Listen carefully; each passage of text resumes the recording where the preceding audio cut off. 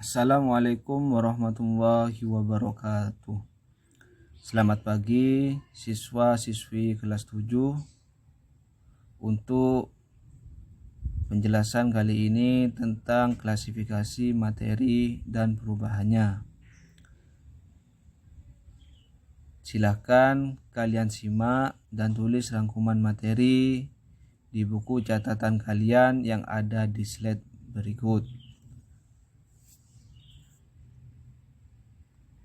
Di klasifikasi materi dan perubahannya, yang pertama, materi itu berdasarkan wujudnya dikelompokkan menjadi 3.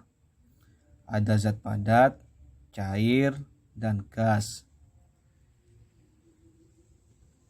Sedangkan berdasarkan susunannya, materi yang ada di alam diklasifikasikan menjadi zat tunggal atau murni, yaitu unsur senyawa, dan campuran.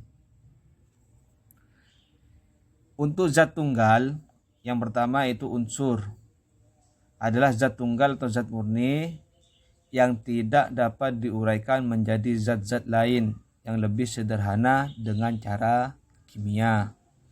Contohnya ada unsur emas, unsur besi, ada unsur aluminium, dan lain-lain.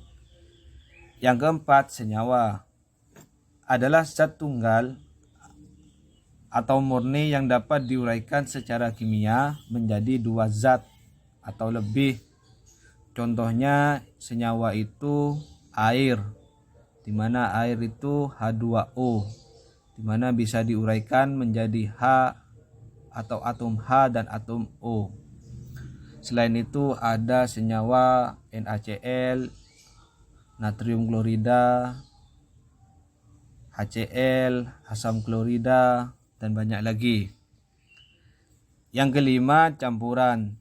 Ada suatu materi yang terdiri atas 2 zat atau lebih dan masih mempunyai sifat zat asalnya dengan tidak mempunyai komposisi yang tetap. Untuk contoh campuran, ini contohnya bisa larutan gula, larutan garam. Nah, itu adalah contoh-contoh dari campuran. Yang keenam, beberapa metode pemisahan campuran yang sering digunakan antara lain yang pertama penyaringan atau filtrasi, terus sentrifugasi, sublimasi, kromatografi, dan distilasi.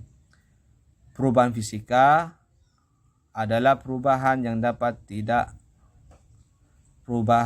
zat yang tidak disertai dengan terbentuknya zat baru. Ya, ini yang perubahan fisika adalah ketujuh, di mana materi itu bisa berubah. Ada 2 perubahan, ada perubahan fisika dan perubahan kimia. Yang pertama perubahan fisika, yaitu perubahan zat yang tidak disertai dengan terbentuknya zat baru. Contohnya ketika batang ditebang itu kan kayu, lalu kita olah menjadi kursi. Kursi itu masih tetap kayu. Yang awalnya batang pohon namanya kayu, diolah tetap menjadi meja, tetap kayu. Perubahan fisika meliputi menguap, mengembun, mencair, membeku, menyublin, melarut, serta perubahan bentuk. Sedangkan perubahan kimia adalah perubahan zat yang menghasilkan zat baru dengan sifat kimia yang berbeda dengan zat asalnya. Contohnya ketika tadi kayu, awalnya cuma diubah bentuknya tapi tetap kayu. Beda dengan kasus kayu kalau dibakar. Kalau kayu dibakar, maka akan jadi abu atau arang, di mana abu sama arang ini sudah berbeda dengan kayu, di mana abu tidak akan bisa kembali menjadi batang lagi atau kayu lagi. Itu adalah perubahan kimia.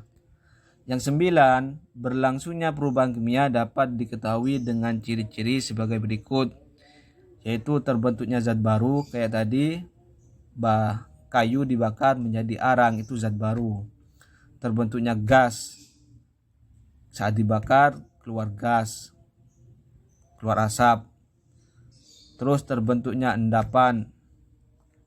Yang keempat, terjadinya perubahan suhu, yang awalnya kayu dingin tapi ketika dibakar menjadi panas.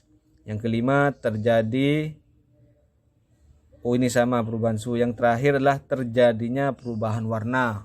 Nah, kayu juga berubah, yang awalnya coklat ketika sudah jadi arang menjadi hitam, kalau jadi abu menjadi warna abu. Oke, sekian untuk penjelasan pada bab klasifikasi makhluk hidup.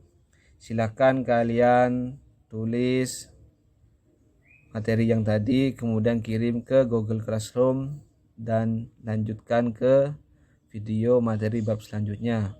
Oke, sekian, terima kasih. Selamat pagi. Wassalamualaikum warahmatullahi wabarakatuh.